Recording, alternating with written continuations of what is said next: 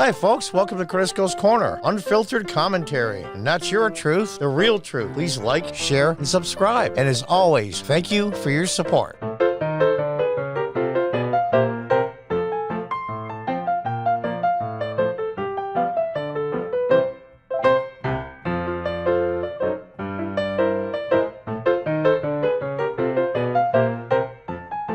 Hi, folks. Welcome back. From the New York Post. From Miranda Devine. What a great name. Laptop shows Joe Biden attended meetings between Hunter and his Mexican business partners. This is the one, by the way, where he swore up and down that he had no idea concerning Burisma or any of that stuff. He didn't know any about his son's business dealings or any of that crap. Remember all that? All those millions and millions of dollars. I have a son and a daughter. If I was vice president of the United States and my son was doing business dealings, you're damn well I'd find out about it, of course. At some point, the Biden White House will have to confront evidence of the president's involvement in his son Hunter's shady overseas business dealings. Going to have to confront. These people confront nothing. 3/4 of the mainstream media, i.e. cable news, is controlled by them or influenced by them. I'm not sure who's controlling who here.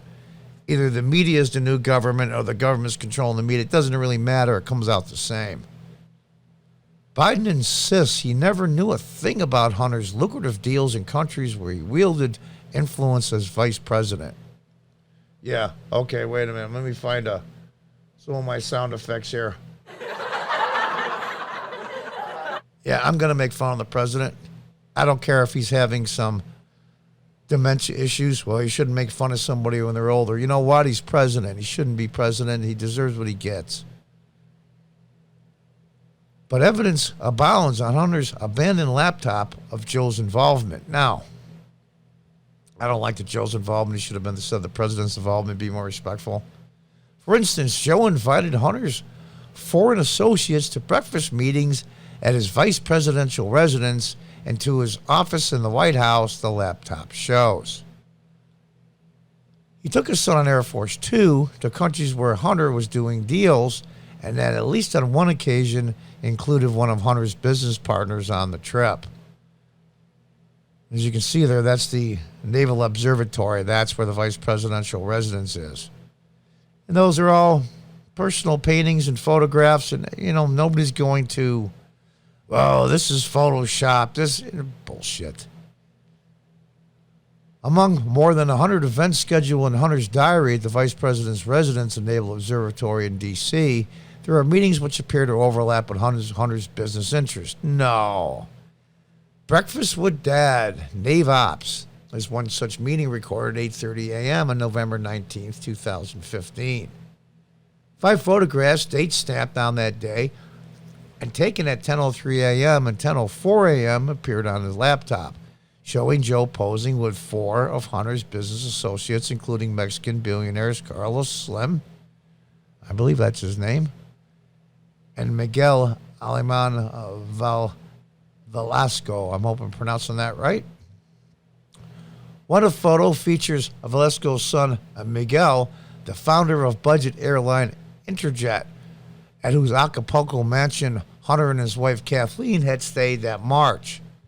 Jeff Cooper, a longtime Biden family benefactor, I like that, who ran one of the largest asbestos litigation firms in the country, Illinois-based Simmons Cooper, also appears along with Hunter. The photos were taken in the living room of the VP's residence, which was painted at the time in a daffodil yellow chosen by Joe Biden and features distinctive paintings by Vermont artists. And they go on to explain why, yeah, this is the real deal. This is really observatory. Here are the reasons why. In the background of one photo, a piano and family photographs can be seen of a bay window. Okay. They're just trying to say, guys, this isn't fake. This is real. Slim was in town that day, as Politico Know the next day spotted Carlos Slim in the lobby yesterday morning of the Georgetown Four Seasons. And there's the pictures right there. I mean, this is... But he denied knowing any of the business dealings. He denied being involved with any of the people, especially in Ukraine. Cooper and Hunter have been working on energy deals in Mexico and elsewhere in Latin America.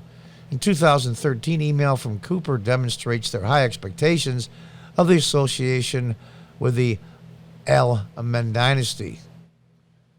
Miguel wants us to go to Mexico City, he wrote to Hunter on February 26th. This is setting up to be flippin' gigantic, brother. At the time, President Enrique Peña Nieto was reforming Mexico's energy market to allow private capital investments in state-owned oil and gas monopoly. Cooper's association with the Bidens began in 2005 when he started filing multi-million-dollar lawsuits in Delaware and associating with the late Joe's son, Bo Bridges' firm, Pietro Gigliotti and Biden. He would also make a lot of money from the $30 billion asbestos compensation business, helped by Joe as leader of the powerful Judiciary Committee, blocking asbestos litigation reform when a bill reached the Senate floor, as Paul Sperry in Real Clear Investigations has reported. And you can read some of it's just quite a long article. I'm not going to read it all.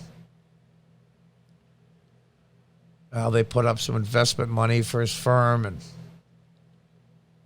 at 6 p.m. on February 24th, 2016, about an hour after wheels up from Joint Base Andrews on the 5-hour flight to Mexico City, Hunter wrote a plaintive email to Alemán Magnani using Air Force Two's secure high-speed satellite communications channel. He blind copied Cooper. We are arriving late tonight in Air Force One. I'm attending a meeting with President N and Dad. Would love to see you, but you never respond. I'm really upset by it. I want you at the plane when the VP lands with your mom and dad, and you completely ignore me. I looked at what your family has done and want to follow in that tradition. We have been talking about business deals for 7 years, and I really appreciate you letting me stay at your resort villa, but I've brought every single person you've ever asked me to bring to the effing White House and Vice President's house and the inauguration, and then you go completely silent. You make me feel like I've done something to offend you. Hunter had been useful to Alemán Magnani, apart from 3 tickets to the Biden-Obama inauguration in 2013 and meetings with his dad. And you can read on the rest of it. That's unbelievable.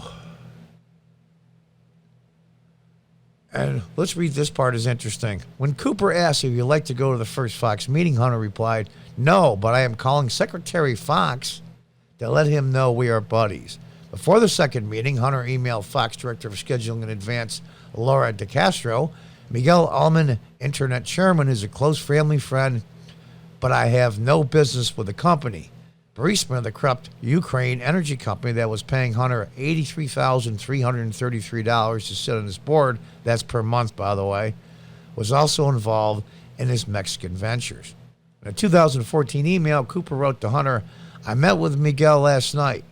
He has set up meetings with the former Secretary of Energy and CEO of Pemex for January 12th. Is there any chance that anyone from Burisma could attend?" Hunter later asked Alemán Magnani to intervene with the Mexican government to smooth out a visa problem for Burisma's owner. Alemán Magnani does not appear to have assisted. And the rest is the rest. It's just amazing to me. Going to have to do something serious, backpedaling Burisma, Hunter emailed Cooper in February 2015. Most likely jeopardizes my board position. Unbelievable. "I was shocked Miguel didn't come through at crunch time," replied Cooper. "They clearly value the relationship with your family, and they know they could sustain serious damage here by making enemies with you. Maybe a call from you or your dad to his dad. Maybe that shakes things loose. What do you think?" No reply can be found on the laptop, but Hunter knows that his arrival with his dad on Air Force Two the following year will demonstrate his clout to prospective Mexican business partners. Nothing shakes things loose abroad quite so profitably as jetting in on the White House bird. And there's the book that the young lady wrote, Laptop from How Hunter Biden, Big Tech, and the Dirty Secrets the President Tried to Hide, is out in September. Actually, I don't usually go for those books, but I might actually get that one. It's that was before when social media, Facebook, Twitter especially, basically just wiped out any mention of the Hunter Biden laptop prior to last year's election. Just cancel it. Just cancel it. It was amazing to me. I've never seen anything like it. And I've seen questions, surveys after the election that 40-odd% of people never even heard of the Hunter Biden laptop scandal after the election. That's how neatly it was done. And with all that deception, and with all this just censorship and blacking out of information, I think the American people needed to know to make a decision. They still could have voted for Joe Biden, but at least they would have had more information.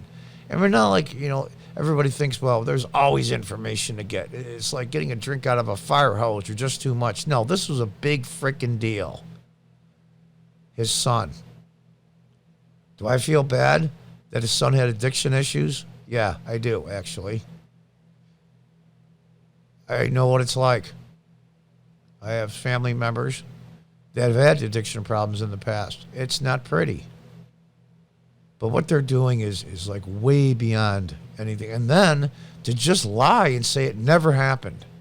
All this money, all this investigation. What real marketable skills does Hunter Biden have? Honestly. I probably have more skills than he does. And I ran a convenience store for over 20 years, and I was a city councilman for 8 years in upstate New York. I'm nothing special. I'm just average. And I probably got more skills than this guy does. But the only difference is my dad wasn't vice president of the United States and now president. It's unbelievable. It'll eventually leak out slowly but surely, but it'll be so diluted, and it'll be like tabloid stuff that nobody will believe, and everybody's so entrenched. The 45% on the left that are dug in, the 45% on the right that are dug in roughly, and then there's the 10% in the middle. And those are the hearts and minds that have to be changed and shown the truth. Will all this come out? Yeah, eventually. But it won't matter. The Bidens will be gone. The country will be changed. We are at war. And usually, as a rule, with republics, democracies, the media and the truth is the ammunition that we use to go to war with. And I think war is an accurate term when you have a two-party system. It comes down to war sometimes. I wish they would cooperate more, but they're so far apart that I don't even see how they could ever come together at this point, because the Democratic Party has gone so far left. There's just no way you can compromise with these people. It's impossible. People haven't gone right. I'm a former city councilman from the early 2000s. I was a really, really staunch Democrat. I turned Republican in 2013, had nothing to do with Trump. My views haven't really changed that much, very little. A little bit more right, but not that much. It's the progressives and the Democrats that have gone so far left, everybody looks like a right-wing nut. Well, it's not true. There's no way we can compromise. How much longer can this go on? And it's so blatant. It's like, my God, my God. But 45%, roughly, people just won't believe it no matter how much evidence you show. And what do you do then? What do you do then? I'm still optimistic long term. Short term, I'm very pessimistic. I think there's going to be some dark days for the Republic and conservative-minded people in the next few months. But I think long term, we're winning, and they know it. The emperor, like the old story with the child, the emperor has no clothes. It's starting to slowly seep through. The internet's a funny thing. It's a double-edged sword. It can censor major stories with the cooperation of cable news networks can just censor major stories so the vast majority of the American people don't even see it. But with the internet as well, slowly but surely, the truth leaks out, drip by drip, drop by drop. Long term, I'm very optimistic.